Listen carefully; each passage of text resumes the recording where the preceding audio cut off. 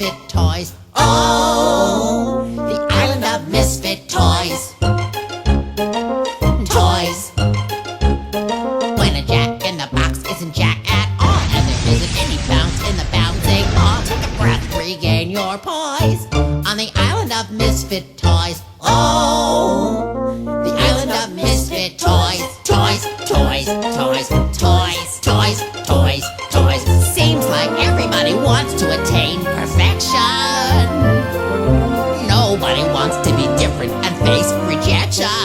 Does anybody like me? I sure do. Look, those binoculars just can't see, and the dizzy. Well, jingle my balls. This is JohnRamboPresents, the show. My name is John, and I'm joined by... You can't be real. You may be an undigested bit of beef, a blot of mustard, a crumb of cheese, a fragment of underdone potato. There's more gravy than grave about you, whatever you are. OJ? Can it be? I'm alive! OJ is here? OJ is here. Johnny. Hi. I hoped I thought you were gone. What? I see how it is. How are you, sir? I see how it is indeed. Been, I'm doing all right. It's been about 2 months without you. I know. It was cold. It was scary. Do you think you remember how to do this show? Do you remember what the show is? Yes. This is the thing where I take off all my clothes, right? That's tomorrow. That's your Dang it! Your other video webcast that you do. Much more profitable. That I'm sorry. But I'm still really out of it. yeah. Yeah. Okay, well, we got you back, man. You're Yeah, I'm glad to be here. I'm glad to see all you fine faces. You have moved. You're in your third location for the show. Over the 3 years we've been doing it. Wow. Every year a different location. Wow. You're like That's crazy. You're like a globetrotter. Yeah, with this freaky light behind me, it's like... What is that? It's just a lamp, but it's doing like crazy things. Did it come with the home? No, it came from IKEA. Okay. I actually paid for that. So you had to kind of restock some things? Yeah, a little bit. Well, most of the problem was I had too much furniture. Funny story. Sure. If you ever move somewhere that has a basement, do not under any circumstances put anything in it. Really? Because the second you move somewhere that doesn't have a basement, you're going to find yourself in a wee bit of trouble. Yeah. So I'm in a 2-bedroom apartment right now. And the second bedroom is basically my basement. Everything from my basement is in the second bedroom. And the basement had water. So some of the cardboard boxes, which dried out, still have some like slime on them. And it's really gross. It smells nice. Oh, it's lovely. And if you'll remember, John, those lovely critters we found in the basement. Yeah, you had his old place, which was actually where we filmed the chap as the Dr. Hobo. That was the basement, if you guys know that one. There's like millipedes in there. Yeah, you don't I really haven't see seen too often. Yeah. No, I haven't seen a millipede, but, I was freaking out the entire time we were filming those scenes because every time I'd look straight up, I'd see nothing but spiders. Spiders and millipedes have taken over. Yeah. So I've been cleaning up my new place, and I've been getting rid of some of the bottles and, boxes and whatnot. I wanted to take some of my empty recycled bottles downstairs because I'd found a place to put them. I go and I open up the box. I look inside. I see something move. It's a spider. I just close the box, put another box on top. Yeah. I'm like, that's enough cleaning for today. It's his home. Mm-hmm. Came with you. Yeah. Like, I wish I could show you how horrendous that room is right now. I don't want to be part of this, and luckily I was not part of this. You moved and you didn't even mention it to me, which I think maybe you perhaps spared me, had mercy on me, or you just didn't want me involved. I'm not sure which one it was, but either way it worked out for me. The way you helped me move last time, and it was a nightmare. I didn't want to put you through that again. The last time you moved, it was just amazing because he's like, I have to be out within a couple hours, or like the next morning you had to be out. Yeah. And I show up, and the fridge is fully stocked. There's just like stuff all over the place. Yeah, it was bad. This time it was not nearly as bad. Yeah, okay. Well, you did it. Except I had a lot more stuff. Are you like an expert mover now? Can you help others with this? Do you have any advice? Here's the advice I can give you. Advice to avoid injury or death while moving. pile everything you own into a big pile, take it to Goodwill, and drop it off. Or Like, just, seriously, just leave your door open and just see yeah. if someone maybe walks in and takes things. That'll do it. I mean, seriously, this is advice I've heard from a bunch of people, and it's pretty accurate. Stuff that you think you should throw out but don't want to for some reason or another, put it in a box and and date it. Put today's date on the box. Yeah, then 4 If you years don't go touch by, it, then you probably don't need it. 1 year goes by. Right, yeah. Like, I started throwing stuff out instead of packing one day. But it was tough because I was basically trying to pack stuff and just move it next door, but I didn't have access to the new apartment for a very long time. I had access to the new apartment for actually exactly a week. I had to move all my stuff in exactly 7 days. Yeah, yeah.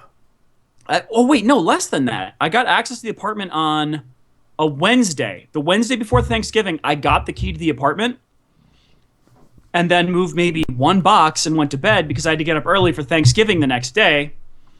Went to see my family for Thanksgiving and came back, worked a full day Friday, and then I had to start moving. I basically moved all my stuff Friday, Saturday, and Sunday.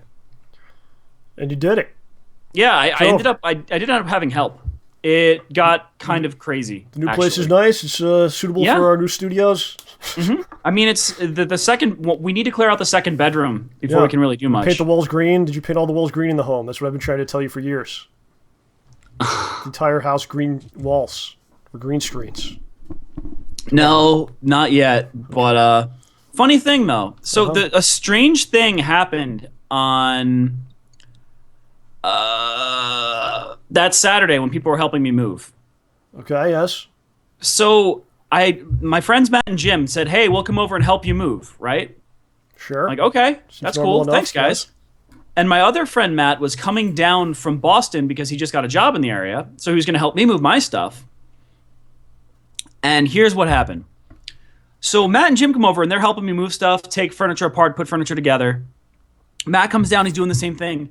And Matt says, "Hey, Pete's going to come over and help." I'm like, "Okay, cool, thanks." So Pete comes over. It's like a sitcom. And we're all doing stuff. Is he the wacky guy? He's the Kramer of the group?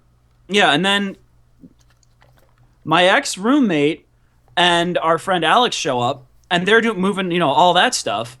And then they're like, "Oh, hey, Viper and Vespa are coming over to help move stuff." I'm like, "Wait a second." So by the end of it, there were like 9 of us moving stuff. And when we were done, we got everything cleared out, did as much as we could that night, left like a few things to vacuum up the next day. Yeah. And everybody, everyone except for my ex-roommate and Alex came over to my house, because it was right there. And we're just hanging out, and it somehow became a party. We had a party. It wasn't intended. It just kind of happened. There were 7 people in the house, and we're just like, well, we're done doing a lot of work. What now? And somebody had a crazy idea. Uh-oh. Yes. I have now been introduced to the dangerous, dangerous world of competitive smash betting. What is this? Smash? Smash. Smashing bottles over people's heads? No. And whoever remains conscious wins the pot. No, it just uses the most vile, the most dangerous of the 3 newer the newest 3 newer consoles. You place the Smash Brothers disc into the Wii U. You set it to have 8 CPUs, or better yet, 1 CPU per person in the room. 300% damage, all explosions, high item spawn rate. You pick your character for your CPU, and then you place bets on who's going to win. Dangerous. Yeah, dangerous. You see some big money going down here. We just sat there for like 2 hours watching computers beat themselves up. It started with 8 Jigglypuffs. Just 8 of them running around dying constantly. Sounds awful. God, see. I highly recommend it. So people in the chat are asking, were you arrested? There's a lot of rumors about where you may have been over the last couple months. I found something interesting online that I have to share, bring to your attention. My internet travels. Maybe you can explain what this is all about. It's from, I believe, the entertainment section of CNN, which is where I spend many hours every day. It's very interesting there. Wonderful things are reported. And here you go. There's a screen grab here. And from the entertainment section, it says Lucas hasn't seen Star Wars trailer. Wow, that's something. Did you see the Star Wars trailer? No. I saw the lightsaber, but that was it. Okay. Yeah, that's pretty much all there really was in it. So, I mean, there you go. There's some other things here. 2014's most influential entertainers. I'm probably on there in the top 5, I assume. Angelina Jolie takes on a directing role.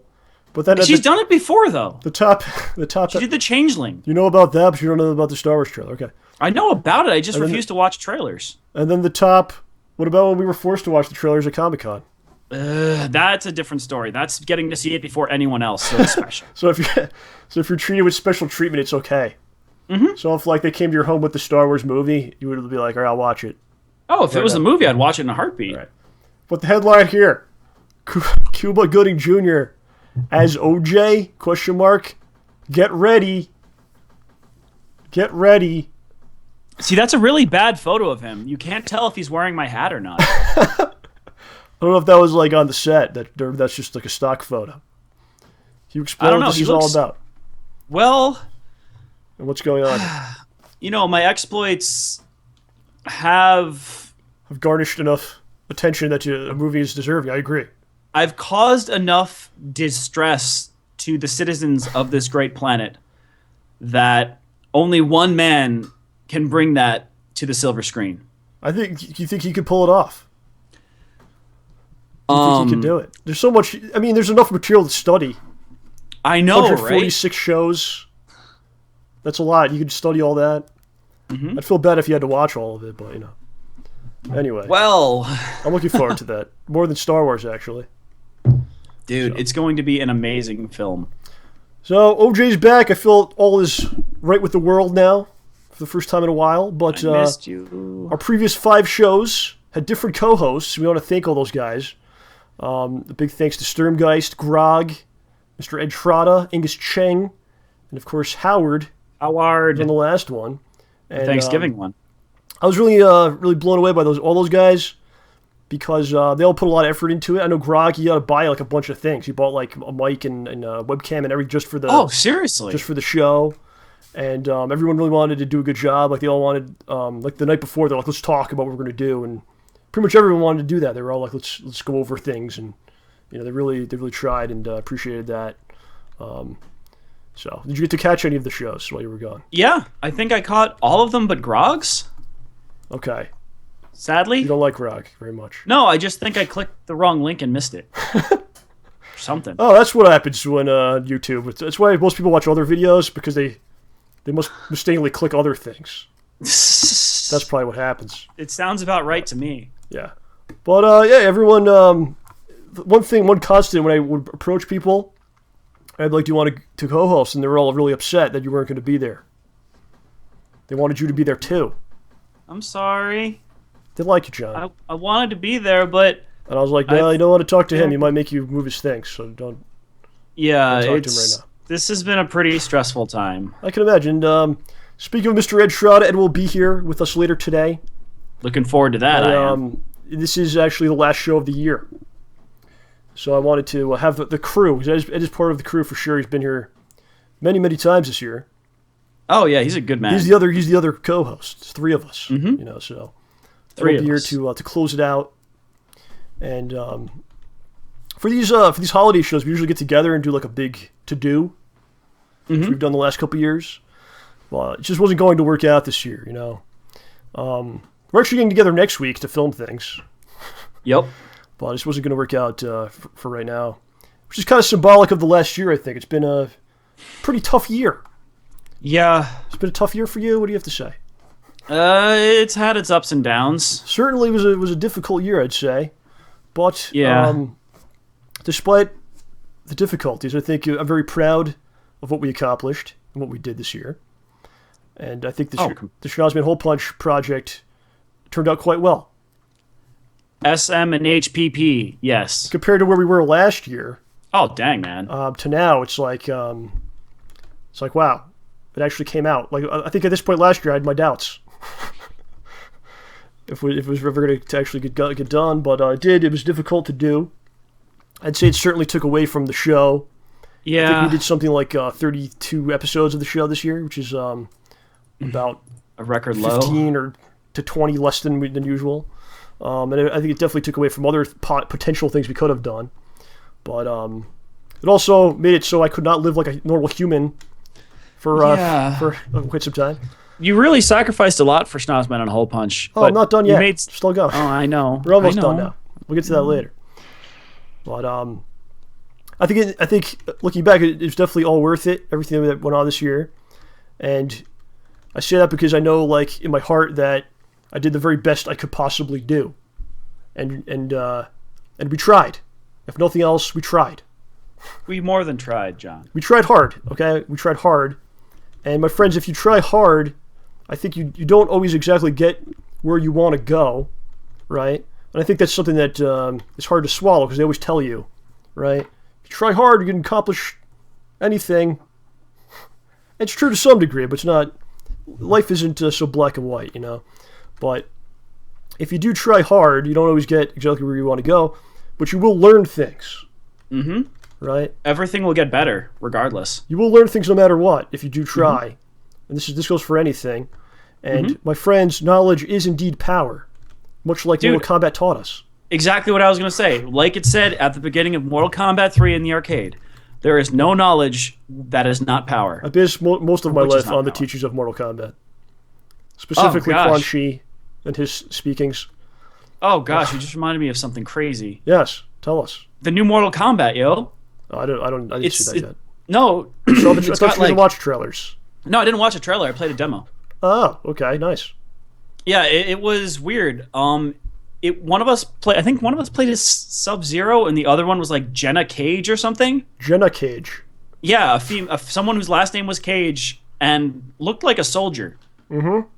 Right. And still had the ball buster. It runs in the Cage family. Yeah, and I think you can still do a shadow kick, but it's not default.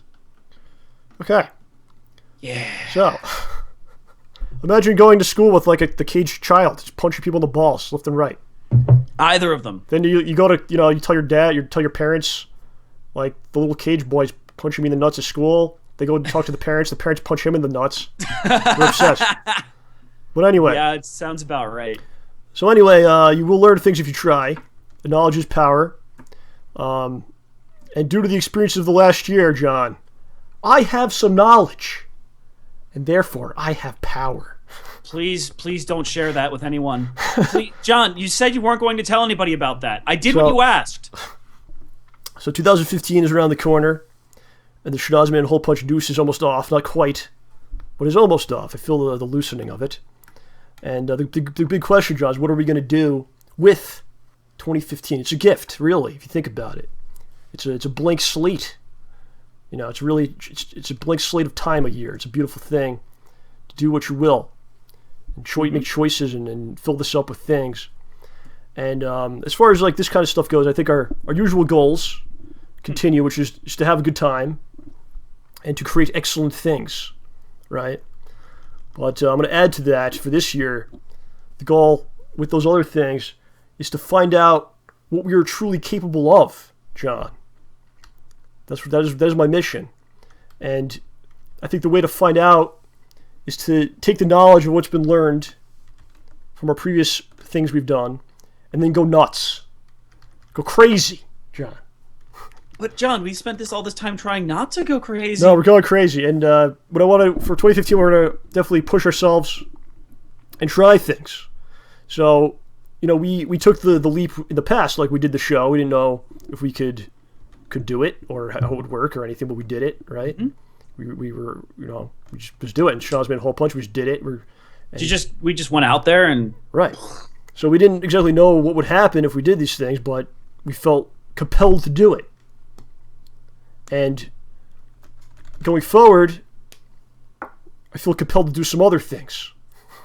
Oh ho! And so the whole thing, we're going to be going in a very different direction with all of this in 2015. And I'm not even 100% sure what that is. I couldn't specify it for you right now, but I got some things bouncing around in my brain, and you're going to find out. And I'm excited, And I think definitely a goal with a lot of this stuff is to really let things flow, John. This is what I'm saying. Let's let things flow, and we're going to throw a lot of things out there that may not stick. Some things may, some things may not.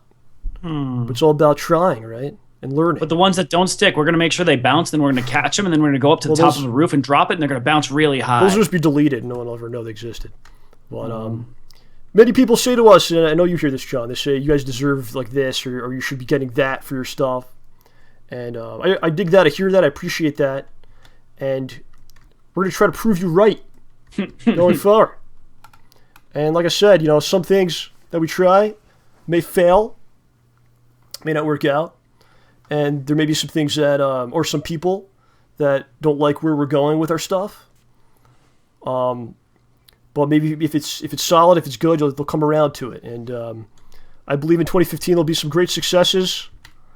And I will boldly state now that I believe at this time next year, we will have grown the Ramborgian community, and we will also have had our greatest year to date.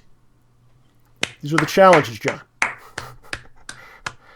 And some things may hit, some things may miss, but I will promise to work hard to reward those of you that have been here with us and that watch us and continue to stick with us. And we will show ourselves and the world just what we can do, John. So I'm not maybe a little bit more than you ever wanted to see. So I'm kind of speaking very vaguely, but I don't know how else to really describe it to you. So basically, we're just going to try to really mix things up and do a lot of different things, and a lot of interesting things, and really challenge ourselves, and hopefully have some really good content coming out. Anything to add to this? I've been a part of some of these plans, and I have to say, they sound pretty good. So you guys, it's not going to be the same, but nothing ever is. But we're going to do our best to make something you'll all enjoy. And if not, then I'll cry.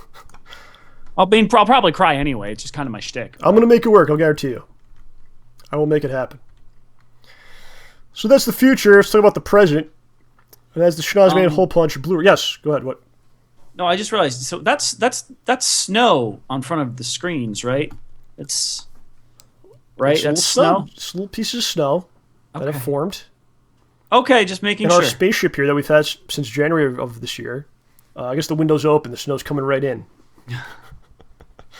So there you go. Okay, sorry. I just noticed that there, and I was just like, So okay, let me say it like this. So this is the last show of the year. But you'll be hearing from us soon, I think. There'll be some sort of an announcement video or something in regards to the Schnozman Hole Punch BluRay, which is looking like what it's going to be here, on BluRay.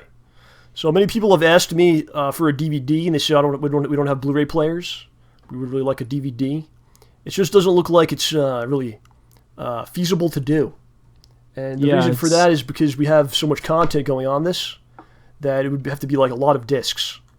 Like, we'd make the extended edition Two Towers look short. Yeah, so the Blu-ray is actually a lot more cost effective to make, believe it or not, because it's only it'll be basically one disc instead of like 5 or 6 DVDs. Yeah. So I mean, it just is what it is. But we are working on a digital version, trying to figure out a way to deliver a digital version of it so you get like everything onto your PC, tablet, whatever. Okay? Yeah. I mean, we can't digitally bring you a physical object, but it's close. Yeah.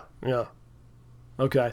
So on this Blu-ray, this is pretty crazy, okay? You're going to have... all right, let's talk about...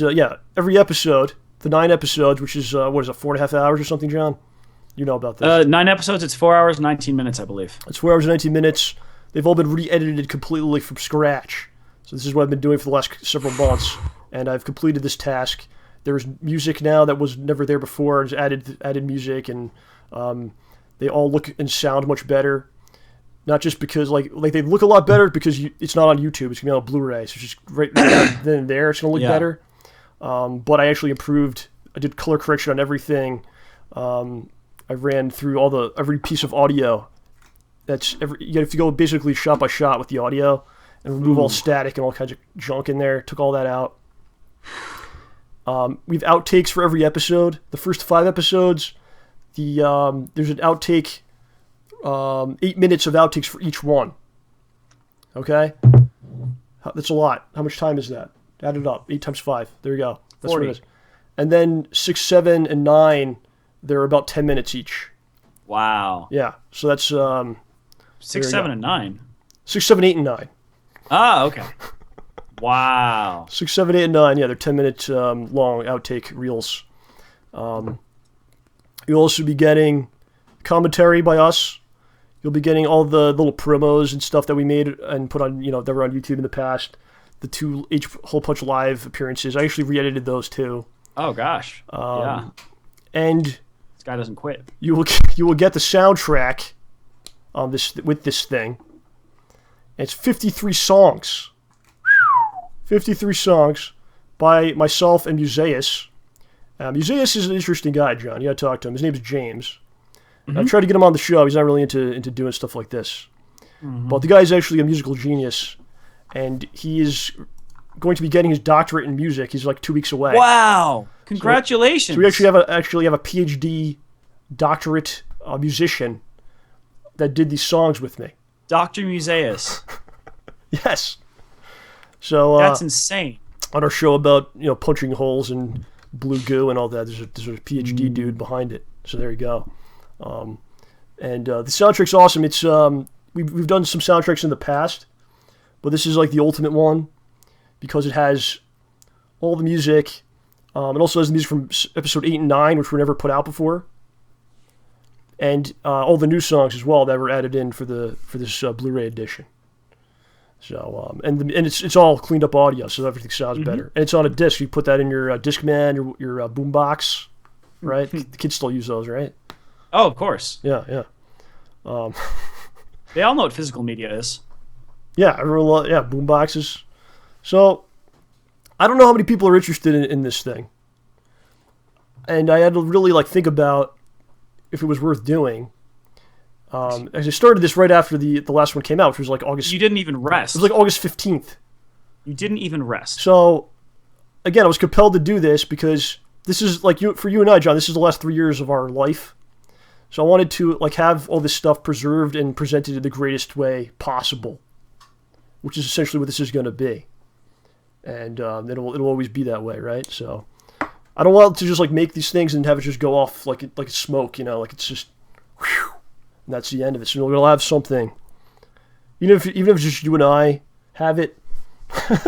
I mean, I will be ecstatic just to have. Then I could come to your house 10 years from now, and I'll be like, "We made this, remember?" Well, dude, we're gonna have I'm gonna bronze it. I should just totally bronze it. Bronze it up.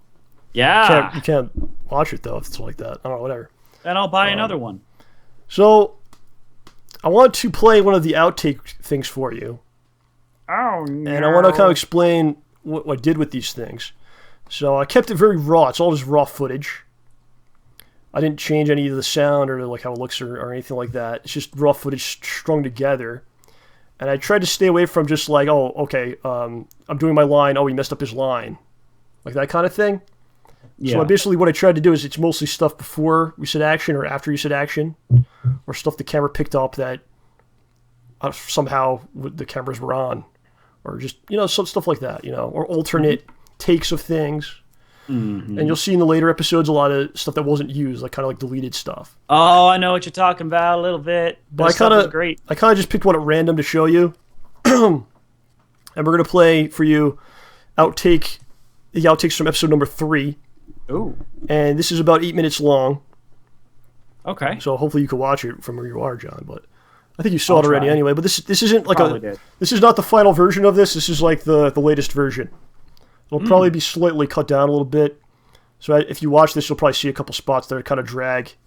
But I'm going to kind of cut them down a little bit, so it's a process. Okay. But yeah. This is where we are now. I'm going to play this for you. Is that cool, John? You want to mute? I'll mute. All right. See you guys on the other side. 8 minutes, yeah.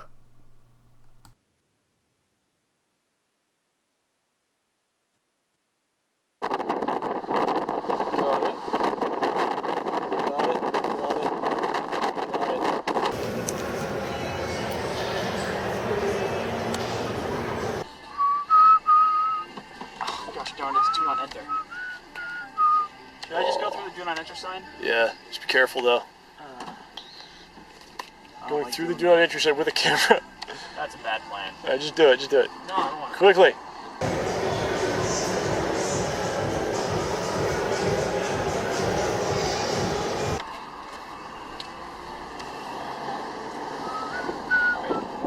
More. Stop.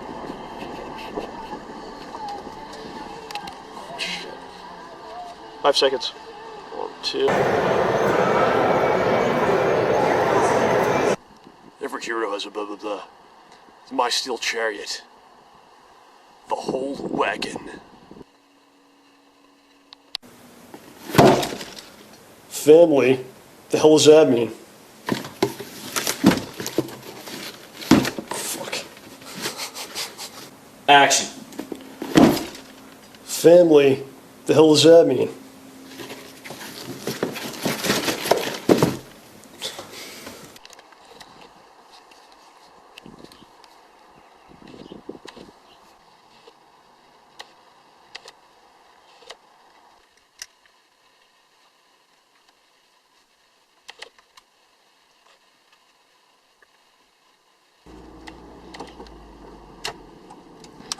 And we're all getting arrested today. OJ has unmarked license plates. He'll be going to jail. Don't smile. Don't smile, you're in character. You're in character.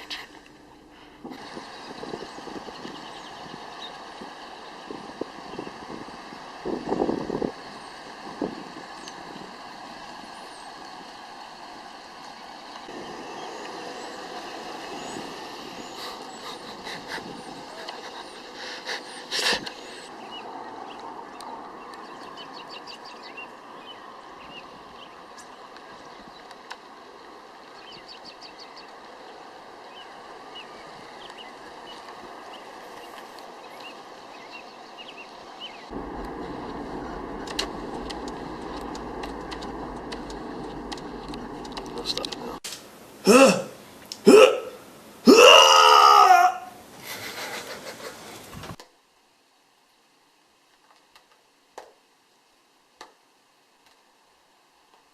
Okay, stop.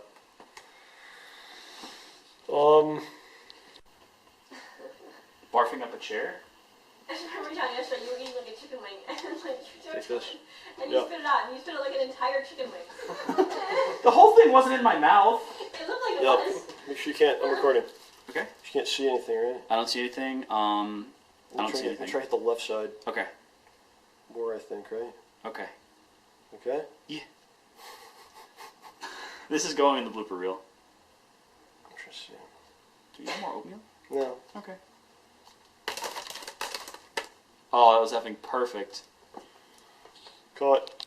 Blah blah blah and talking blah blah blah and talking blah blah blah blah blah blah blah blah blah blah.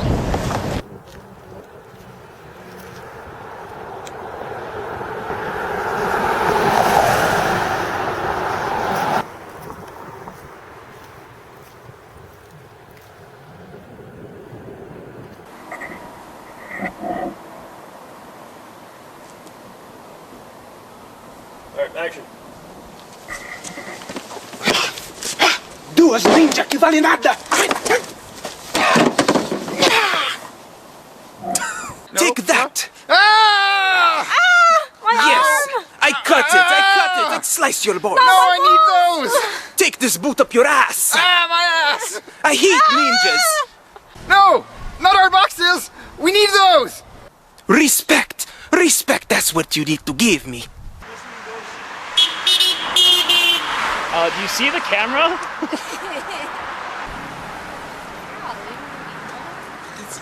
They're recording. Damn, baby! You're like running over there. Did you guys just see that? Raposa's whooping his ass.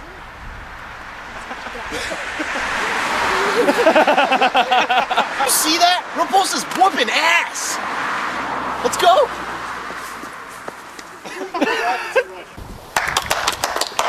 Come to Raposa. I forgot my lines. Hole punch? Is that you hiding in the bushes like an animal con medo?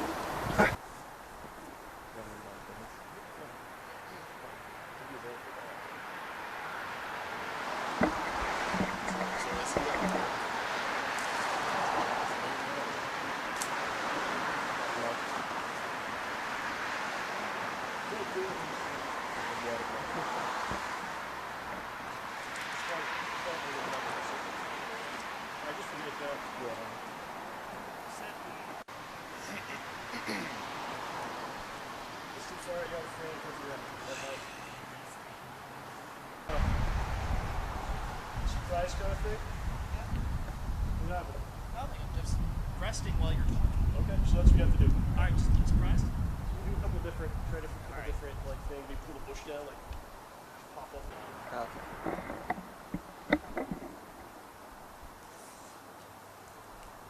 What if I can move the camera from that side? Are you recording? Right here. Yeah. Yeah, I could probably look better. I'll move the camera.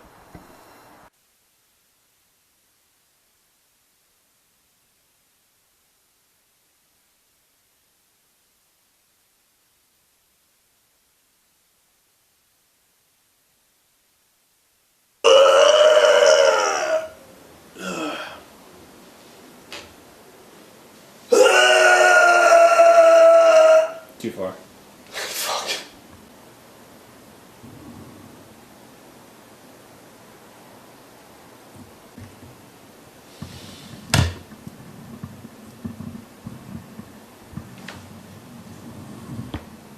His mind is not foreign to any bubblegum. So a quiet fence, running up the day's fence. The river. Stop, dude. You're confusing my lines. Oh, sorry. Are you all set? Oh yeah. So down to here? Yep. Okay. Thank you.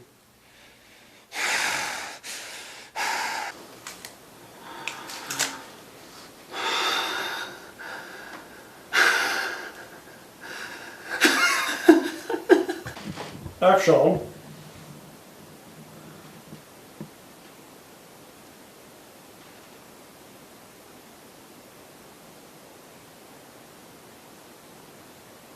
Ninja stars are for ninjas.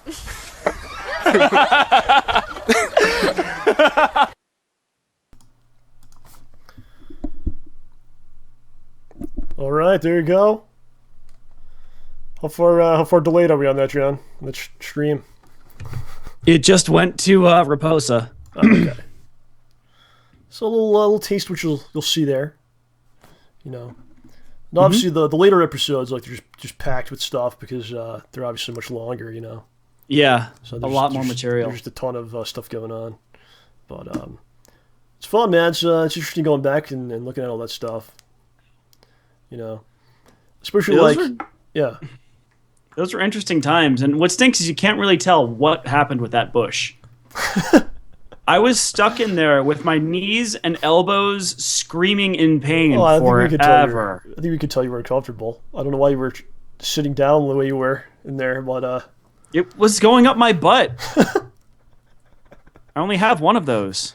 wow, yeah, this one's uncomfortable. It's funny because going through the footage, and you'll see this if when you check out the outtakes, but like little problems in the first couple, we're just stumped. Like filming outside, like, oh, my shadow's in the shot. Yeah. What do we do? And we're both just sitting like, I don't know. Bring out a light, get a reflector It's for like- the sun. And then I'm just like, oh, maybe I shouldn't stand right behind it, or I'll move to another place. You know, just like stupid problems. We have like no idea what to do, and then, you know, fast forward to the later ones, we're doing like pretty intricate stuff for our operation. You know, so Yeah. and even just the way like I talk to the actors and stuff. I just realized like how dumb I was being early on, and the advice was just horrible, and you know, it's at least there's progression there, and you can see the problems, right, or where you went wrong. Yeah. I'm like me singing Rush in the middle of a shot.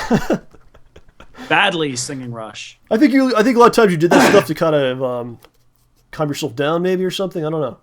I don't know. It was something to keep myself distracted, at least. kind of keep your mind busy while I'm Yeah. fiddling with the light or something. If I'm just standing there, I start getting antsy.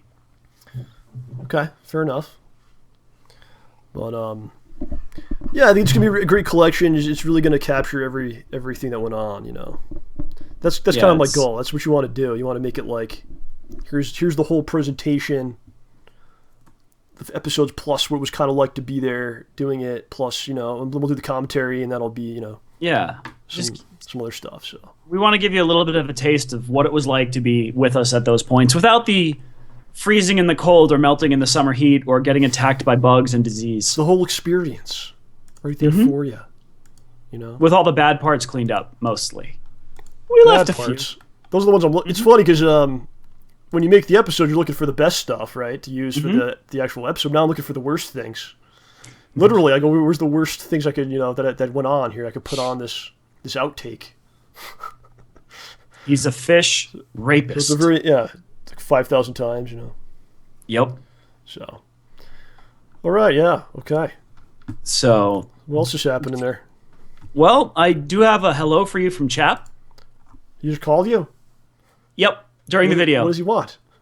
He just wanted to tell us about something he's been working Does on. he want to call into the show now? He didn't say. Okay, well, We were running out of time on the video, so I didn't keep him long. you can send him a text if he wants to come on. We got about 15 minutes before Ed comes on. It's fine.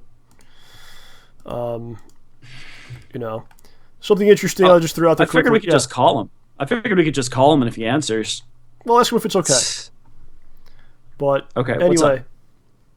I was in the city on Sunday, Oh ho? and very interesting stuff happening. Not really, but you know, just like odd circumstances. Like there's protesting going on.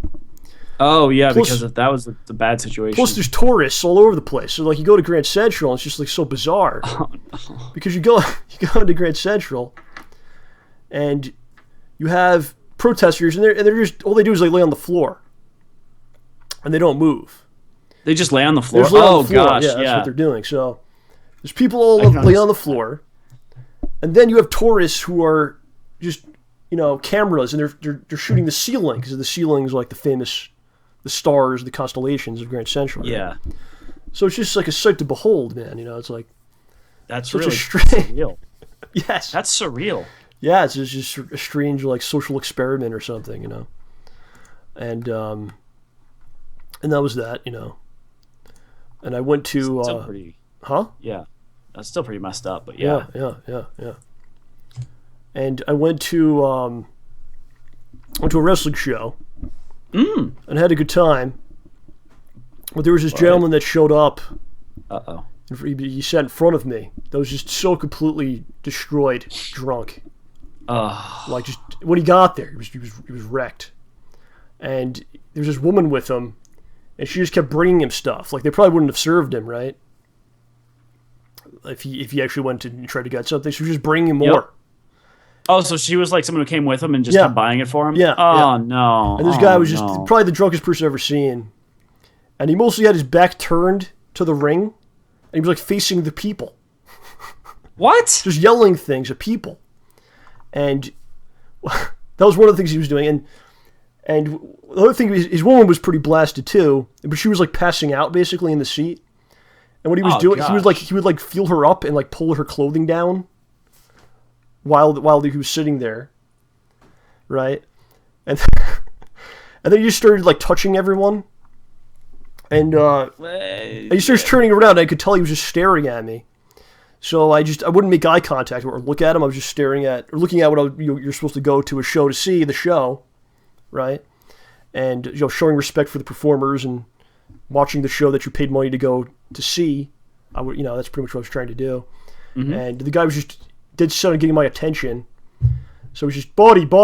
He's actually like pushing me, and I still won't look at him. He didn't say, "Hey, buddy." I think he may have said, "Hey, buddy." Oh no. Similar to go back to our Toys R Us show, yeah. Yeah. And I would not give him the satisfaction, right? I would not give him attention, even if he was pushing me and shit. And he's pushing other people too, and security's already they're already alerted at this point, you know. So I figured he's on his way out anyway. So I just wouldn't look at him, and then he starts yelling, and he goes, "This guy hates me," He hates me. This guy hates me. I just wouldn't look at him, man. And he was actually like, even because I was looking in one direction, he would even put his hand like in front of my face, right? Just to get in front of you? Just to try to, he was trying to get my attention. He was like, this guy was gone, dude. He was like, there's a girl next to me, and he grabs her foot. She's sitting. What? She's sitting, and she's got her feet like crossed, her legs crossed. She grabs her foot, and he thinks she's speaking, but he's not. He's motioning like he's speaking. But there's nothing coming out. And the final straw is when he basically got off his seat, and there was a mom, the kid, and the mother. Oh no! And he just goes in front of them and just gives them all the finger, right in their face. So they took him, out of there, and on his way out he falls down. So everyone starts clapping and stuff. And of course, like an hour. This is like maybe an hour and a half left in the show. Yeah. So then the show's over, so we leave, and you see cops out there. Oh, and you're like, what's going on? Right? And then it's like, oh shit, there's the guy. And he's cuffed. And he's like bloodied. And they're putting him into an ambulance. So it's like, I don't know what happened.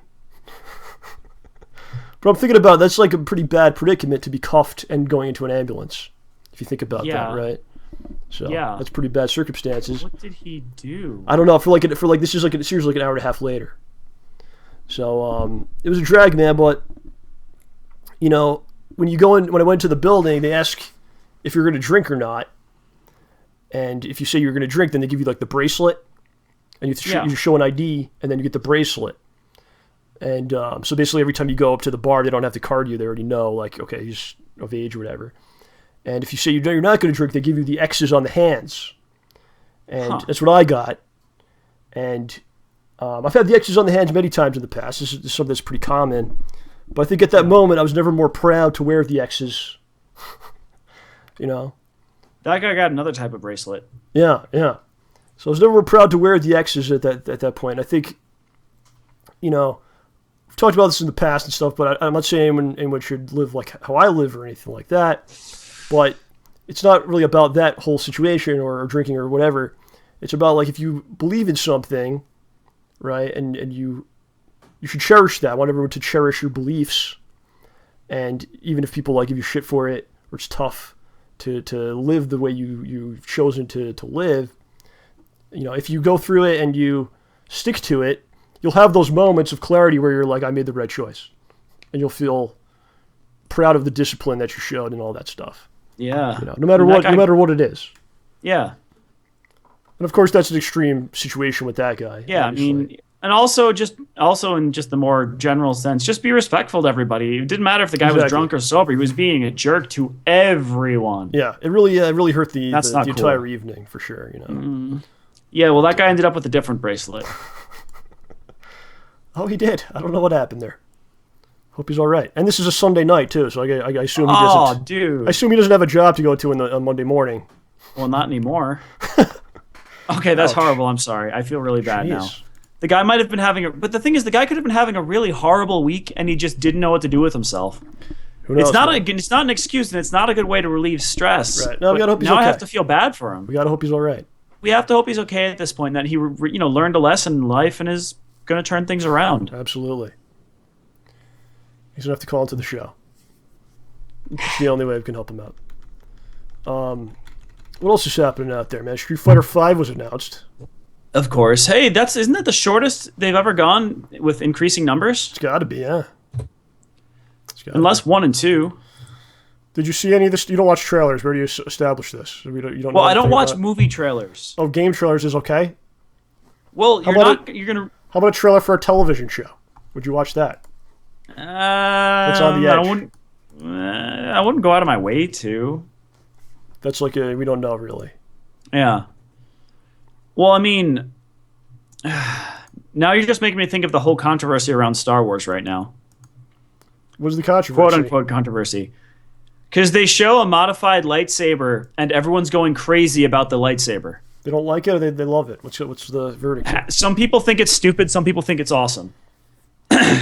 It's. Do you want to know what it is? I don't. I know. I've seen it. They add the hilt. They added a hilt. They added a guard to the hilt of lightsabers. But it seemed like people really liked the double lightsaber back in the night. Was 99. That was okay, but now you're going too far with it. Well, it's funny because people are saying this is really stupid, but like, honestly, if you have a bladed weapon with no guard, someone else's blade, you can just travel right up it and chop your hands off or whatever. Okay, so we'll add a guard. Well, it's a lightsaber. It cuts through anything. So if it had two little beams that came out, no complaints, because you know what? It's dangerous, but it's going to keep the blade from getting you. You know, don't put your fingers there. Durr. But there's two little pieces of metal surrounding the beam on the cross guard. Mm-hmm. Like, yes, I've seen if that metal can be cut through by lightsabers, then it's just decorative or there to keep you from chopping your own hand off. And if that metal can't be cut through by lightsabers, then why don't you just make the guard out of that metal and ignore the little poof points? I don't know. People had bits of fights about it. It's not that extreme. I mean, like, what if they could have made it like a gun, like it shoots off the hilt. That would be insane. Or like like it shoots a laser. Like they could have, that seems like a little extreme. Yeah, I mean, it's not that bad. Or a lightsaber that has no end. I mean, you just go near a starship, go bloop. I don't see how that's a problem compared to all the things they did in the last couple. Yeah. Honestly, General Grievous, he had like 17 lightsabers.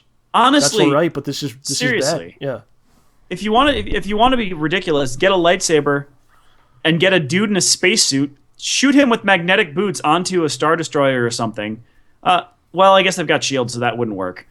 And then you just, slice through the whatever. It's just a bunch of people fighting. I thought the trailer's pretty cool. I'm excited about it. I don't know. What do I know? Now, quick Star Wars thing. Yeah, sure. Someone pointed something out. In the original trilogy, they fought with the lightsabers like they were swords, right? Yes. But that's an interesting thought, though, because the blades themselves don't have weight. So you go to the 3 newer movies, which are kind of doofy, but when they do the lightsaber fights, they dance around and they swoosh the blades around like crazy. And you might, and I was thinking, man, that looks pretty dumb. But then someone pointed out, the entire weight of that weapon is in the hilt, right? The blades weigh nothing. You've got like a 2 to 5 pound stick. Who says the blades weigh nothing? Who said that? They're made of light, yo. They never established that though. Like it weighs nothing. It could have weight. No, it's shooting an electrical thing. I mean, that has to have some sort of a feel to it. It could, but then it would be a heavy saber, John. Not necessarily. It doesn't mean it to be heavy. It could be just any volume of weight. True. It was never established. True, but if they did establish it, it would make a lot of sense. You have to study the midichlorians. We're done here. And their effect on the weight of the lightsaber. We're done here. I don't know, man. People are there could be, I'm sure there's complaints about every frame of that thing. There's someone complaining about something. Yeah, you'd think they'd be complaining more about the Deadpool trailer or something. It doesn't really matter in the end. Was it like an actual Deadpool trailer or the that footage test they did a while back? Yeah, okay, I saw that. Yeah, that was cute. It kind of goes along with this. I've been watching Flash, and also Arrow. I'm on season 2. I'm on season 2 of Arrow. I watched like the first 5 episodes of Flash from this year, and not Flash Gordon. No. It's pretty fun, man. I enjoy it. It's a little formulaic in the sense that like, basically this arc reactor exploded, and gave a bunch of people powers. Mm-hmm. And Barry was hit by lightning, so he has like super speed, and there's like lightning shit. I don't know. And then most episodes start off with there's like another guy that got powers, and then he beats Barry. And then he runs back to Star Labs, and then they come up with a plan, and then he beats the guy at the end. It's pretty much every episode. Every episode is the same thing. What's funny is like how the powers that these people have is based on what they were doing when the thing exploded. Well, what was the weather guy doing? Farting? He was flying. He was in a plane. Oh, okay. So he became like a weather guy. Like atmosphere. What about the other ones? There was a guy who was put in the gas chamber. He was being put to death. He became gas. There was a guy who was on an electrical tower. He became an electric guy. So I'm just thinking to myself, like, this sets a really scary precedent, because there's someone just like on the toilet at that moment. Is he going to be on the show, and what is his power? Oh gosh, what if it was 2 people making a baby? Gosh. Wait, there's actually a comic book about that. It's called sex criminals. I think that their superpowers activate when they have sex. No, they Something can like like that. time travel or something. Or Yeah, something weird like that. Yeah, I but know they have about to have that. sex first, right? Oh, I know about it. Yeah. Weird. But Okay. But just so think that's about the possibilities. Like your power has to do with what you were doing at the time. I'm playing video games. There's a guy who like Your power is to turn into a couch potato. you turn into a pixelized man that can be killed and has multiple lives or something. You know. I don't know. It's just there's a lot of possibilities for like bad character choices with that. Yeah, I don't know. I mean, I was painting a lampshade green. Oh my gosh, I can fly and create energy constructs. Bushi says PlayStation Man, Sleep Man, a guy who's just sleeping. Yeah. Oh man. What if someone was cooking? He says, yeah. Oh, that's a good one. I mean, if someone was cooking, then like, dude, they'd be able to.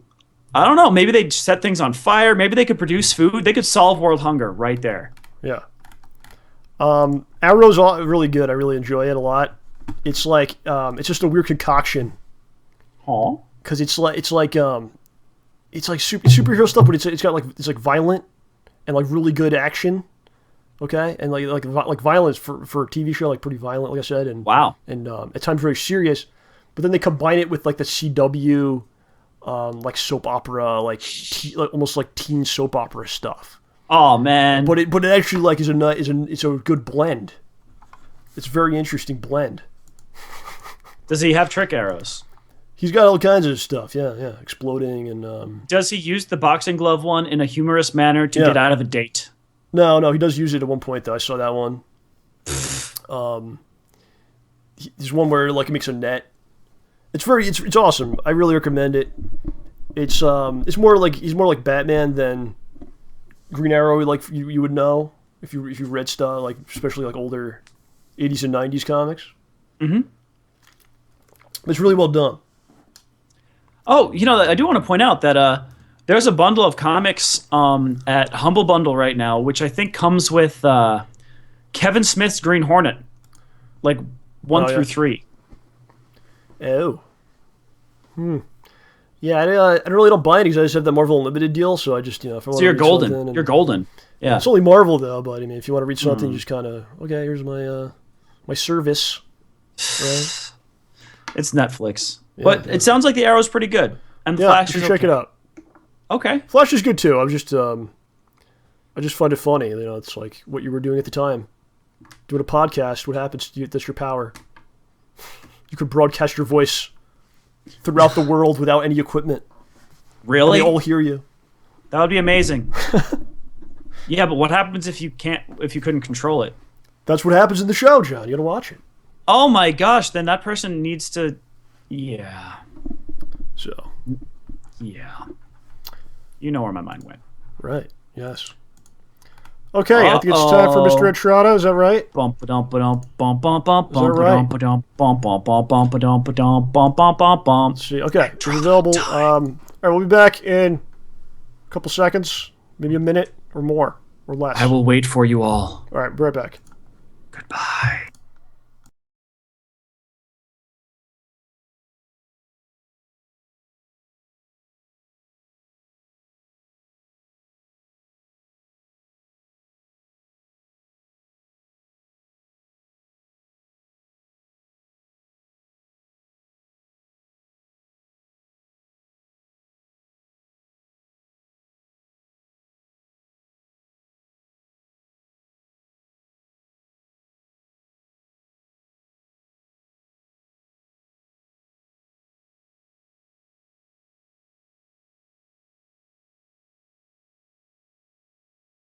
Whomp.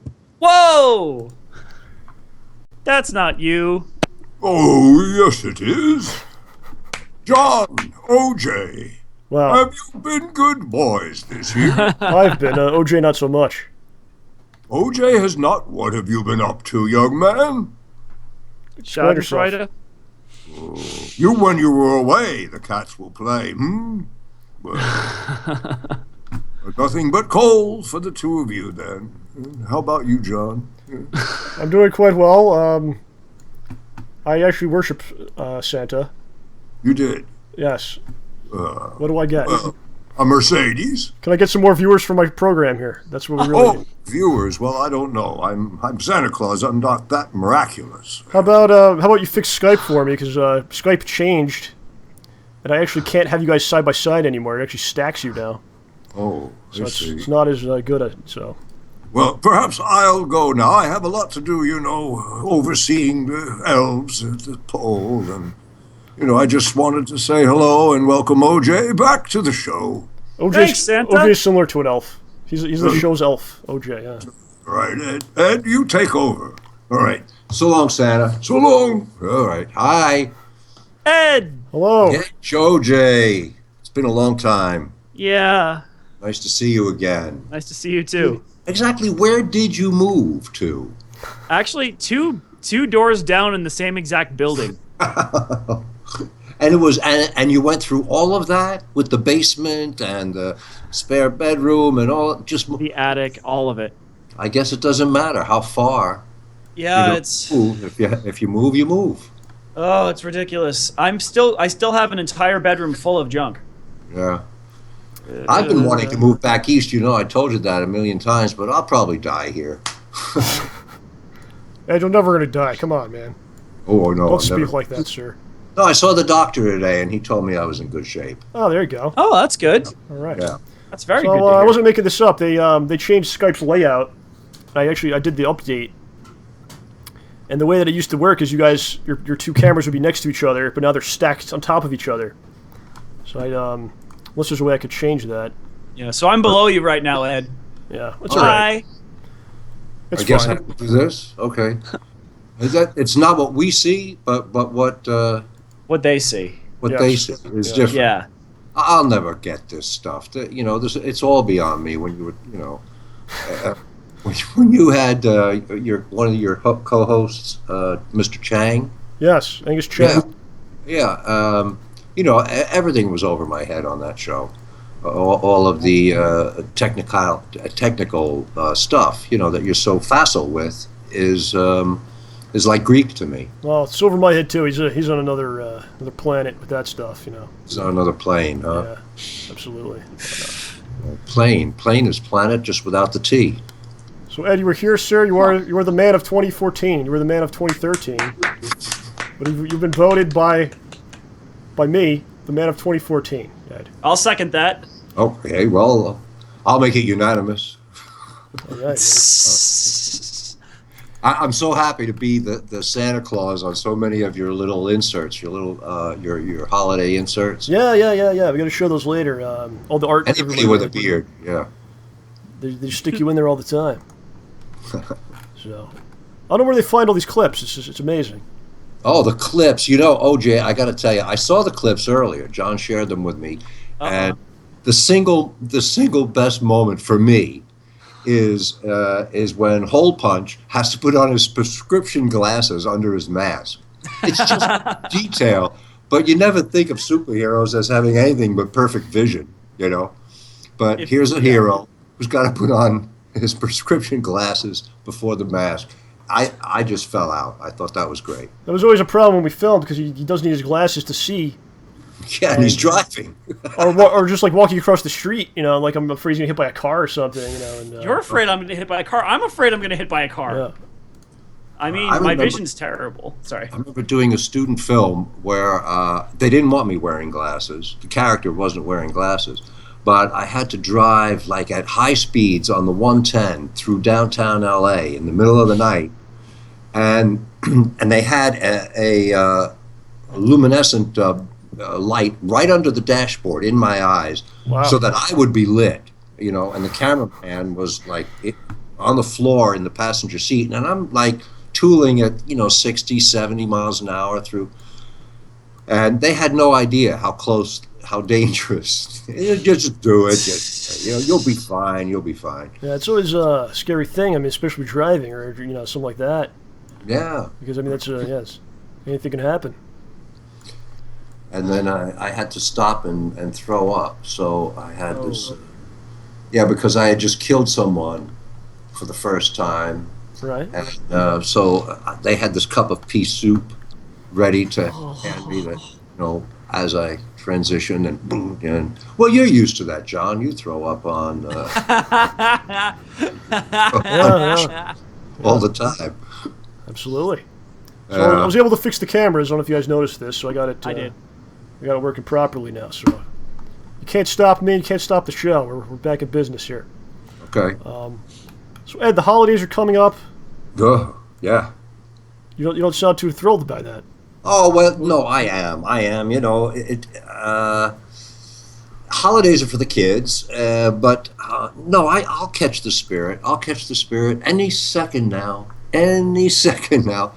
I have to wait for my daughter to help me decorate the house. See, once she visits and we get the place, decorated and the tree trimmed, then I'll be there. I'll be there. Yeah. It's tough because it's a family holiday, and my family is all East Coast. They're all from New Hampshire and Maine down to Scarborough, Right. New York. How about when you lived in the East Coast when you were a kid? What some things you may have done? Holiday traditions maybe that you took part in. Oh yeah, well, What happened? Well, for one thing, my mother always slept in the living room with the tree and locked it from the inside the night before, so that we couldn't sneak in. You know, and you couldn't wake her until you had coffee. What about Santa? Were you afraid that she would bother Santa? Maybe, or did you believe in Santa? You know, I wish I could remember exactly when that transition happened for me, but I can't. I think it was very gradual. I remember precisely when my daughter found out and how. It's because, we opened the trunk of the car, and she saw the roll of wrapping paper that only Santa's gift came in. Oh man! See? And she saw it, and I could see the wheels turn. Oh man, yeah. I could see her I could see her figure it out. And did you have to come clean right then and there? Were you able to come up with something? Oh, the elders gave me this, or she had the presence or grace or whatever it is to not even ask at the moment. Yeah. You know, like you could just watch the wheels turn. Yeah. But she didn't say, "Didn't you?" But this paper, Daddy, no, she didn't do any of that. She just took it all in. Just took it all in, figured it all out. And we've discussed it since. Oh, okay. It came out later on. Yeah. 10 years later. 10 years and later. I saw that wrapping paper in your trunk. Yeah, she's 20 years old, and you say, "Do you still believe in Santa?" John, what about you? Did you have your doubts? Did you try to capture My sister Santa? told maybe? me. Oh, the older sister just told you. My older sister told me at some point. I don't remember if it was on purpose or by accident. She it just kind of ruined it. happened. She's got to be the smart Yeah, one but either way, I still like to put cookies and milk out. for the insects to have. Actually, usually I think my uncle eats it. Oh, yeah? Yeah. Well, it's weird because my family, we don't get to have Christmas at my parents' house. We almost never do. We always go out to Long Island and have this gigantic, 18-person Christmas palooza. And it's fun. It's great. You get to see a lot of people, but it's like, I'm not one for giant, super mega crowds all the time. Yeah. So we get carted off to Long Island, and there's a bajillion people, and then when it's done, I have to sleep on an air mattress in the living room next to the tree, and then leave in the morning so my cousins and aunt and uncle can do their gifts. Okay. Yeah. Ed, what are some gifts maybe that you asked for when you were a kid? You remember any of this stuff? Well, I was into science fiction and astronauts, and Awesome, yeah. I remember the Moonlander was one of my favorite gifts, and the moonscape, this big plastic landscape and little, astronauts and stuff. Oh, that's cool. I remember the year that my sisters got the Victrola, and Rock Around the Clock was the hit that year. Yeah, it was a record. It was a record. We had the 78 version. Before, you had 45s, but before you had 33 and a thirds, I think you had 78s. Or maybe the 78s came before either of them. I don't remember, but all I remember was that song never stopped for the next 2 years. Rock Around the Clock. Yeah. And then Bill Haley and what about Thomas. when Happy Days came out? You must have went crazy. Yeah. Just like this song again. This again. Huh. I thought that was free. Yeah. Favorite gift, Christmas gifts. What was yours, John? What was your favorite? For me, it's probably, I was born in '83, so I think the first thing I really remember would be the Nintendo. Ah. So that came out in like '85 or '86. So I was, I got it probably a little later than that, but yeah, that was the big one, And Sure. I don't always remember. I can't remember a lot of things. John, do you have something that you? I'm thinking. Are you I mean, still, I know Did your parents not get you what you wanted? Maybe they got you other things. No, I got the Nintendo at one point. I mean, which was awesome, and Zelda, which was super awesome. But I'm trying to think of that one gift that I really wanted and I finally got. I don't know. I will say though that a couple years ago, one of the best Christmases ever, I got a blender. I mean, I got a Magic Bullet blender, and it was like the best Christmas ever. Did you want that, or was it just something you got? It was a complete and utter surprise, and I don't know. I just will always remember that blender. I still have it. Yeah. It's cool. I can make smoothies. Sometimes those are the best gifts, like stuff that you didn't necessarily know you wanted, but you get it, and then it's like it actually serves a purpose. Yeah, And I'm you're like, holding this one is right act- now. This is actually pretty good. Holding one right now. My parents got me this headlamp, and I thought it was the stupidest thing on the planet because they always get me something weird and gimmicky. Yes. This thing has been the most useful piece of equipment ever. Headlamp, huh? Yeah, like Oh, to just strap onto when you're looking for things. yeah, when you're looking for stuff. You got enough stuff on your head now, OJ. Oh, okay, challenge accepted. Can you really hear through that hat? Can you? Yeah. Are the headphones work? All right. You gotta be hot with that thing on now. Good. Oh yeah, right. Now it looks like actually- Hannibal Lecter. Actually, I'm wearing 2 Christmas gifts right now. I got this hat for Christmas last year or the year before, and these headphones were a Christmas gift. This was a Secret Santa thing. So, okay, I'm wearing 3 actual Christmas gifts on my head right now. All of OJ's possessions are actually Christmas gifts. Well, then Santa may skip you altogether, figuring you're already set. Oh, I'm set. I've got too much junk right now. Plus, he's a naughty boy, so there you go. We'll see what's Very. going on. Did you ever go into like Rockefeller Center and all that stuff, Ed? Oh yeah. Oh, I loved that. I loved that. I lived in the city when I lived in New York. I lived in Manhattan, so I was in Rockefeller. I loved Rockefeller Center and that whole strip on Fifth Avenue. Right. Steuben Glass and St. Patrick's Cathedral. I sang beautiful. there once. I sang Whoa. with my choir there once during Christmas season. Huh? Wow. Yeah, Manhattan's magical at Christmas time. You were talking about your trip there at Grand Central. Ooh, yeah, it can have that scene too. Right. Yeah. Yeah, but it's a different part of town. I pretty much lived in Times Square. I was on 39th near 9th. Wow. So right out my back window, I could see from the Empire State Building to the Times Square, almost to the Times Square lights. Is this in the 70s? No, it was more recent than that. Okay. 80, I got that place, 80 through 86. Okay. Yeah. Wow. Must have been some wild times there, Ed. Oh, they were fun times. I had a 5th floor walk-up apartment. And Oh, a gosh. bicycle. A bicycle that got me places faster than the subway or taxis, certainly. Yeah. I flew around town. Sure. And living in a 5th floor walk-up will keep you in shape. Did you ever any run-ins back in that? I know this probably the 80s was kind of a rough period in the city, but did you ever have any kind of like problems with I don't know, any kind of mugger type situations or bad situations? On the Christmas show, let's talk about that. I don't know where I'm going with this, but just wondering if you have any stories. But no, I never had trouble with walking around Manhattan or running into. I got into a fight once. I got into a fight because I saw a guy. I saw a guy at a stoplight. He was turning right, so obviously he was going through Lincoln Tunnel. So he was a New Jerseyite, and he was flinging pennies at this an indigent who was panhandling, and laughing, and I just thought it was cruel because the guy was picking them up and And I picked up a penny and I threw it back at the car, and it just happened to scale right through the window and hit the driver, boing, and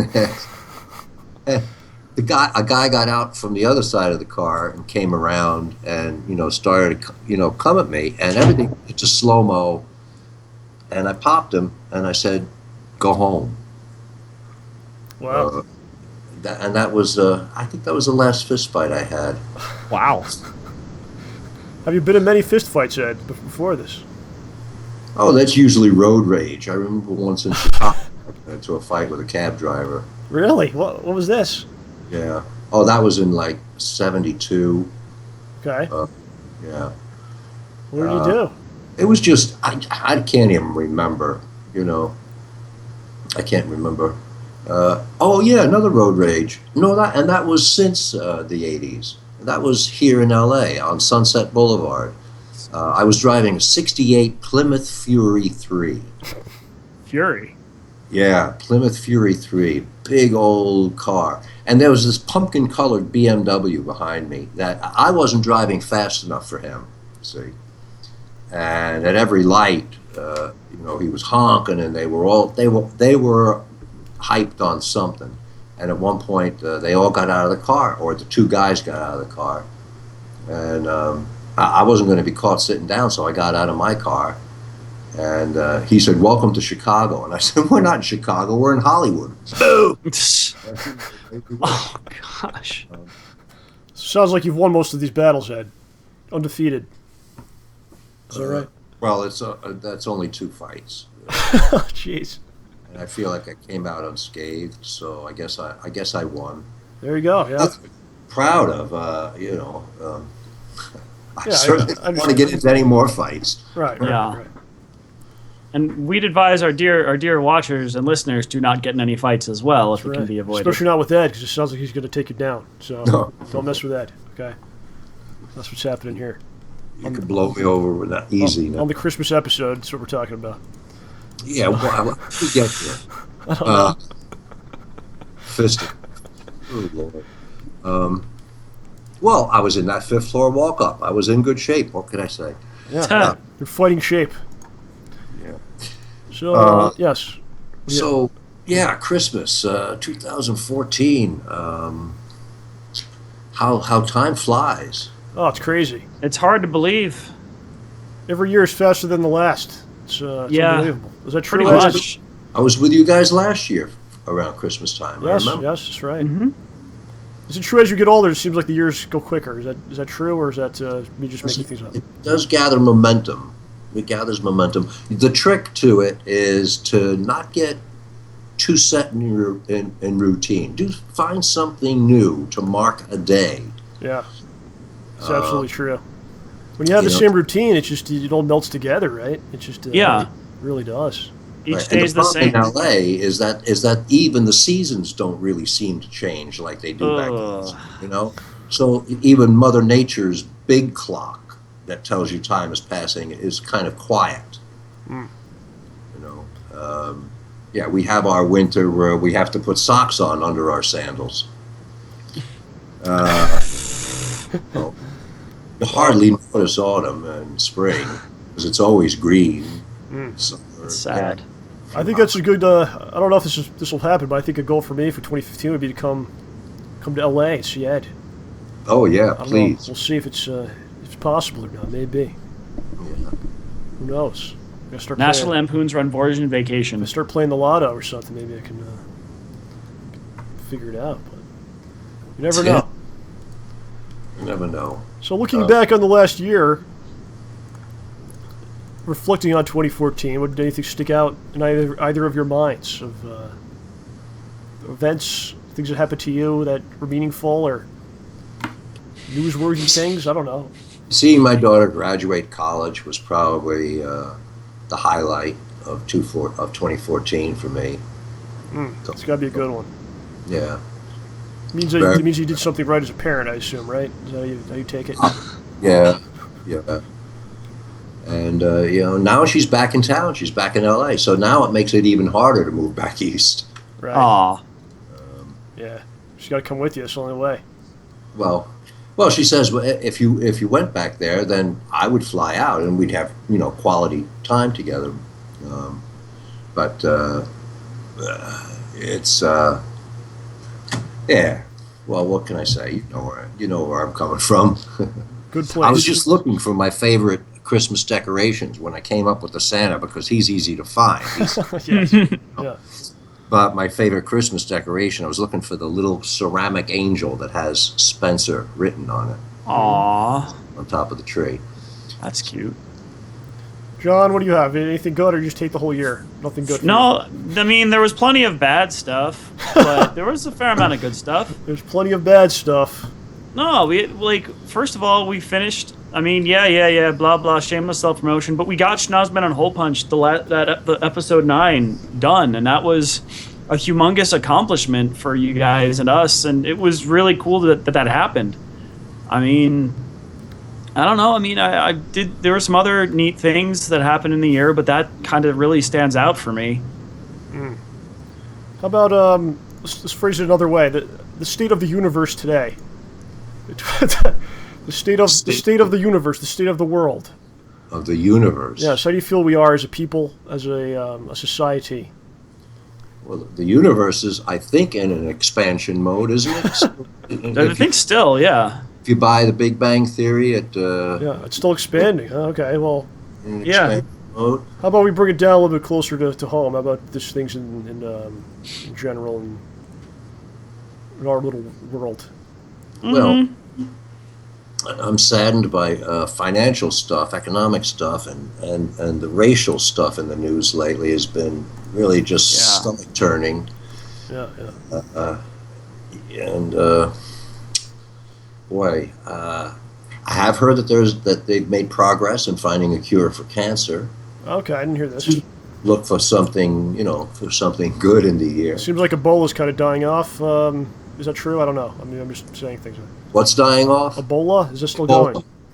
Yeah, but now people are claiming, well, it was good. It was good for the news media. And now that they seem to be really out of control. The news media, very aggressive with things. Yep. Yeah, I'm concerned about the press or the media. And the Ebola thing's a good example of that because there was maybe 3 people in the U.S. that had it. They all basically lived. Except for the person who was brought in who had it. Right, yeah. One person did die, but the way, if you watched it, like during those weeks, it was like half the people had it. We're all gonna die. Yeah, it was pretty scary. It was a pretty scary episode to go through. Yeah. And then you think, well, it's taking the heat off of a different subject matter that we might not want to be looking at, or I don't know. Yeah, the news is certainly it's a business for sure, right? It's TV ratings. It's like any other show. Mm-hmm. And it benefits the powers that be. Does it now, John? Mm-hmm. Watch yourself with that talk. I'm gonna die now. We'll find you. I don't know. I think the state. We're not we're doing okay, but there's a lot of messed up stuff, and we got a long way to go. But hey. Someone did point out some cool stuff, like we did land a probe on a comet, which kicks butt.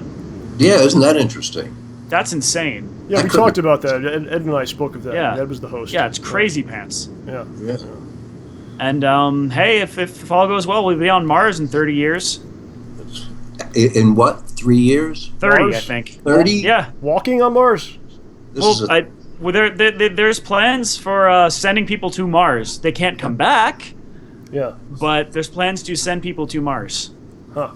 Well, of all the planets in the solar system, that's the one that had the most promise for having life on it because of the canals and the water, Yeah. Are you going to go, John? Maybe we'll send you to Mars since you live there. John, can you imagine me being in confined space with anyone for a considerable long amount of time? I'd like to watch it on television. I wouldn't want to be it myself. Are you sure that's a 30-year program? It's not. It's going to take 30 years to get there. I thought they just tested the booster rocket that's going to do it.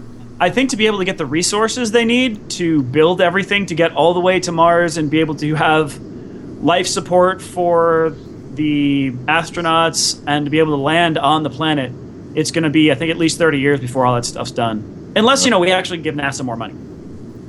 There's no money for them. I mean, they get a lot, but not as much as they could. How do you feel about? I don't mean to dwell on this too much, but the protesting in general. I think in some ways is good.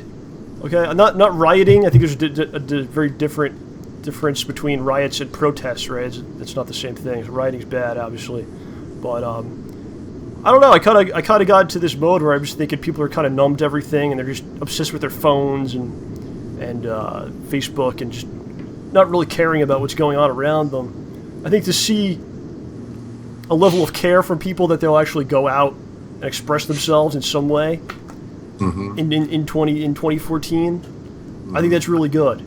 Yeah, I know, Ed, your generation, you guys, you were the famous ones that were very active in this kind of stuff, right? We were active in Make Love Not War, essentially. Right. Yeah.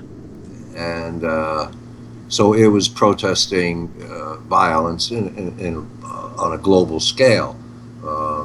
I wish people could kind of fast forward their thinking to realize that eventually we'll all be one race. Yep. Eventually we'll all be just the human race. We will, intercopulate and evolve, and mankind will just be mankind. Right. We won't have different races. Yeah. Eventually, but that's fast forwarding quite a bit. Yeah, I mean, it's sad. I think probably you go back to the 60s, you say 2014, you'd probably hope that there'd be even more peace between people, right? You would expect. Yeah. But we still have some work to do. But I just think it's good that people are caring about things and they want to get their voices heard. And that is how you affect change. And I'm not talking about this thing specifically, but you have to express yourself if there's something that you feel, and it's good that people are still awake. Because seriously, I thought I just assumed like people are just just lost in the digital stuff or games or whatever the hell, Yeah. There's still some life out there.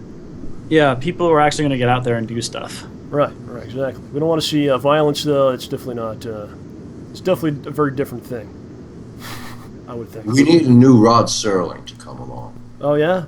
Yeah, I think he gave us a perspective with Twilight Zone that, for surprise and for humanity and suspense and just scope of thought. He's one of my heroes, I just think his... Yeah, he's awesome. Ed turned me on to Rod Serling big time, so I watch more and more of his stuff. Even like interviews he did back then are really interesting to watch. Yeah. So, okay. What are some hopes for the new year? What would you like to see happen? John Harrington, you go first. What would you like to say? Oh, Pence. Well, hopes for me or hopes in general? Just hopes for anything. Your life, for all of us, your friends, your family, the people around you. In general, I want to. Well, Europe, all right. Well, in general, Asia. I want to see people in governments taking further steps to, actually abide by the basic human rights we've all got, and to not just infringe upon them on a whim and other blah blah blah blah blah. I'm grumpy stuff. No, because seriously, there's some messed up stuff that goes on, like the stuff people are protesting right now, and then a lot of other things. Just it's not right, and I want people to, in general, be treated better by their peers and their governments and everything, and their coworkers and all that stuff. As for me, things are going all right. So more of the same, just do a better job, I guess. Right. Okay. Fair enough. Ed, what would you like to see? What are your hopes for the new year? Well, I agree with OJ that human rights on a political or governmental level. I don't like Congress writing laws that they don't have to abide by. If it's on that level. But I mean, you can write as many laws as you want about equality, and that still won't make you invite your neighbor over for a barbecue. Exactly, which stinks.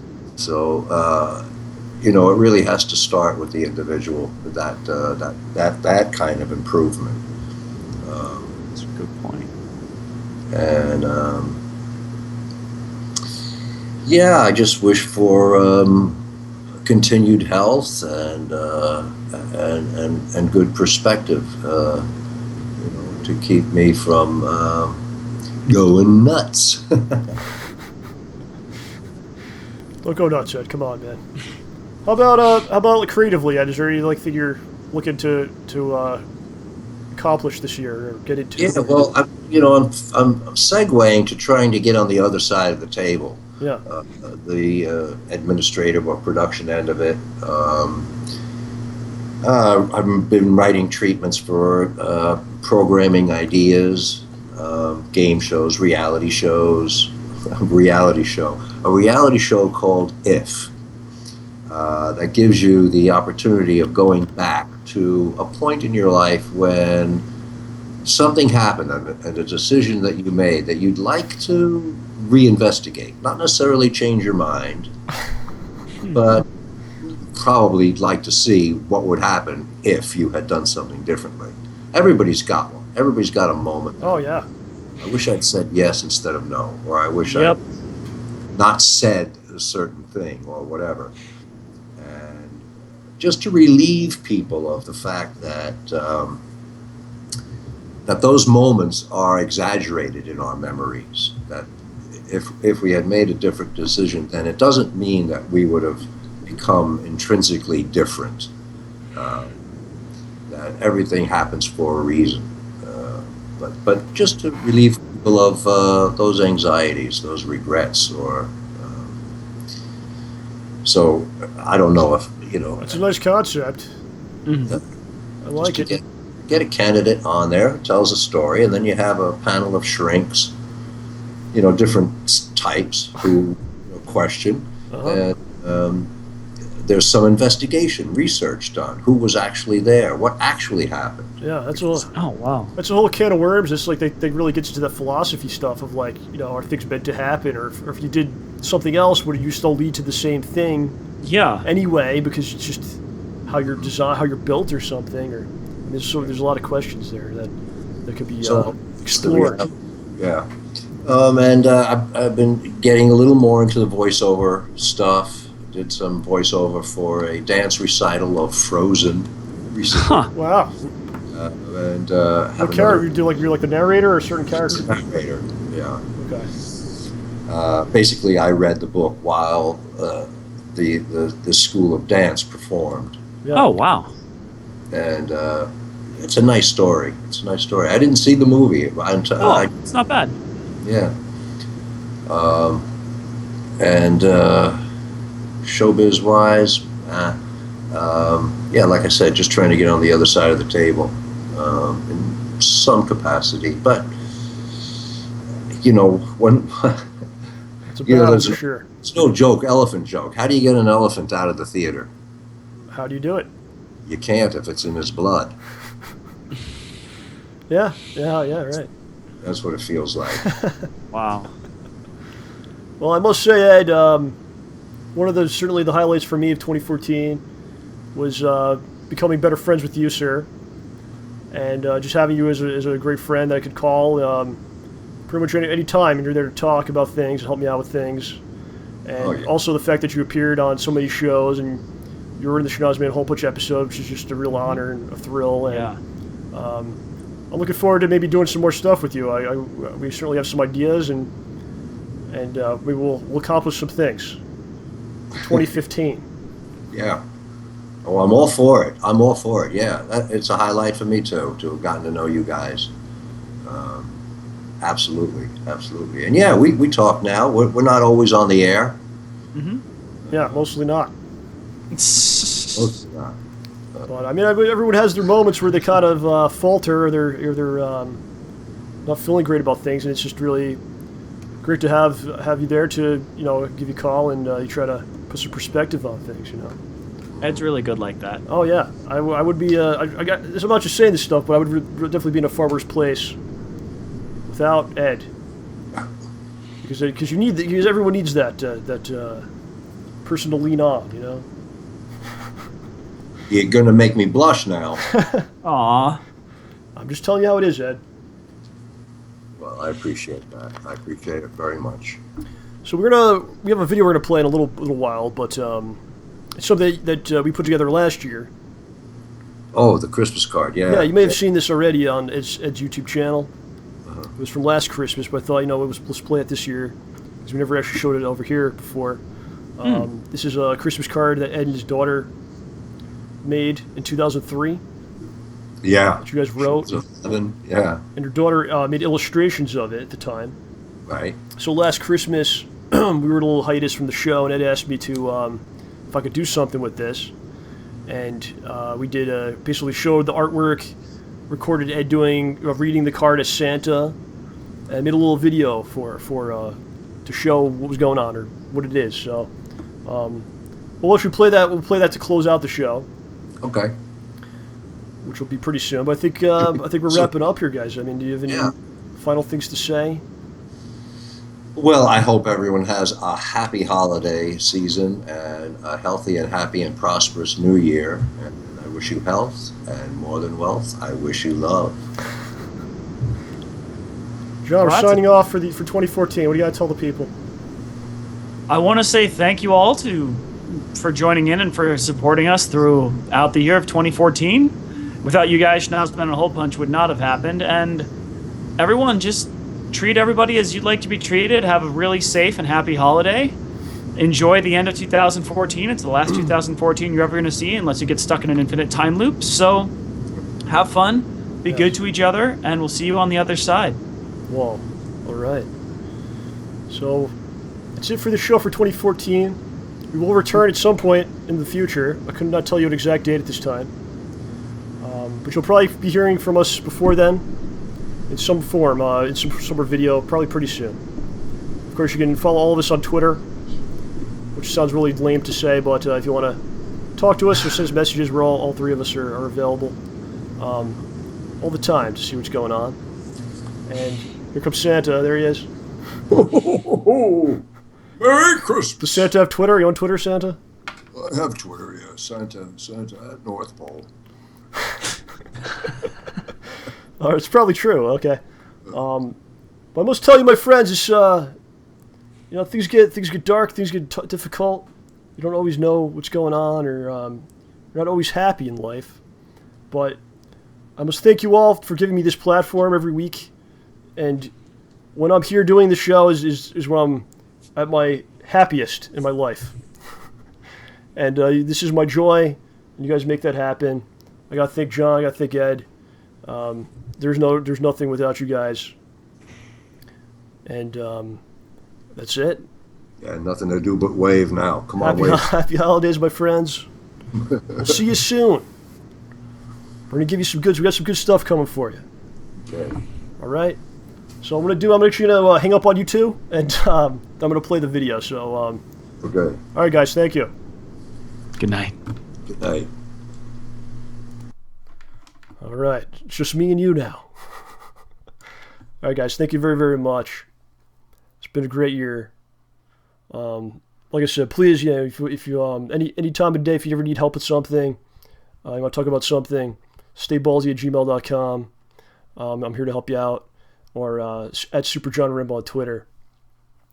And yeah, that's it. Here's Ed's video. This is a video that me and Ed made from last Christmas. We'll play it for you now. I'll miss you. I will certainly will.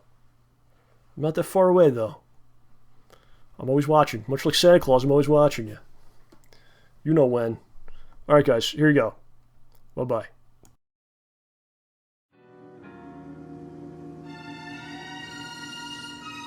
Hello, and season's greetings to all my friends, family, and fans.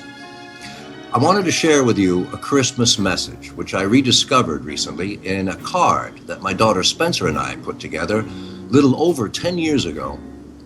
And as luck would have it, Santa Claus himself is here to help me read these 3 particular letters that he answered that year in order to explain how he is able to accomplish all the miraculous and seemingly impossible things that he does every Christmas Eve. So, Santa, would you care to get us started? I got 8 million letters from children that year. All gave me a chuckle, some gave me a tear. This one reads, Santa, how is it that you are able to fit down all chimneys, being so fat? The answer is easy. It's as simple and clear as the antlers on one of my tiny reindeer. Where I was born in the year '02, each house had a chimney, each chimney a flue. 'Twas the obvious way to get in and get out, no matter how busy, no matter how stout. Then I looked in a mirror to study myself. What did I see but a little old elf? Well, an elf has magic and powers galore. The next thing I knew, I found chimneys a bore. I'll still use one for entry, just for old time's sake, but more often than not, a new method I take. I'll tell you my secret. I'll tell each girl and boy how I managed to bring them their From Santa toy. Some families have trees all dressed head to toe, with tinsel and popcorn or a dusting of snow. Others hang socks by the chimney with care. Both ways will work to get Santa Claus there. But even without these trappings to guide, I will find my way to each child's side. All they need is a wish, a prayer, or a dream, and the light from their soul will appear as a beam. Down this ray I will glide as the walls disappear, to wish all a good night and to be of good cheer. Dear Santa, I find it hard to believe that you do what you do each Christmas Eve. Dad questions your sled, course he's a mechanic. I just figure your reindeer are aerodynamic. I don't doubt that you circle the earth overnight, in and out of our homes like a thin stream of light. I don't even ask why you wear what you do in just red and white. Have you ever tried blue? No, what has me stumped, and I'll just ask you plain, how the heck did you manage to get me that train? The one you delivered last Christmas morn with smoke from the engine and the really cool horn? Sis likes the kit that's teaching her phonics, with the tape player and all. You even make electronics? No, it's this toy-making business that's making me nuts. And it makes me suspicious, no ifs, ands, or buts. So just how do you make stuff for all girls and boys? How do you supply the gazillion of toys? If you'll share your secret, I swear I won't tell. Or make toys for myself. Your friend, Arnie Bell. Dear Arnie, I answered, I'm glad that you wrote, but afraid that last year I gave you the boat. That train was a gift to you from your dad. We are sometimes confused, and that makes me sad. When parents give credit to me for their gift, it steals their own thunder, if you follow my drift. As for making these toys that I stock on my shelves, how can you forget I have limitless elves? Each year they grow, not in size, but in number. By tradition, the newest ones bring all the lumber. The older they get, the better their skill, the finer their work, and the faster they fill all the endless requests that are written to me to fill a gap that's left under a tree. As for the newer inventions, Nintendos and such, which I have to confess I don't like very much, well, I browse catalogs, and I don't fret amounts, buying only from shops where I have good credit accounts. Dear Santa, I find myself worried this night by the work you must do before it is light. How's your health? How's your heart? How's your strength? How's your back? How will you hold up neath a toy-laden sack? So many children are counting on you, and so many more since 2002. With all of them hoping you visit their home, how will you be able to do it alone? I'd help if you let me, doing all that I could, laying gifts neath the trees of all who've been good. But the point, as I see it, is the number of hours. There just aren't enough, even given your powers. So please let me know if any help I can be. I remain most sincerely your friend, Susie Lee. Dear Susie, I wrote to this sweet little one. You think my job work, when in fact it's quite fun. As for time, I'll explain how to me it is felt. You may be surprised to learn how it's dealt. All year long we toil day and night, right up to the time when my sleigh must take flight. So much joy in our work have my elves and I, that days, weeks, and months as minutes do fly. Then Christmas Eve, as if magically saved, all that time is returned, during which we all slave. As my sleigh hits the sky, by 8 courses it's towed, a miracle happens. The snowflakes are slowed.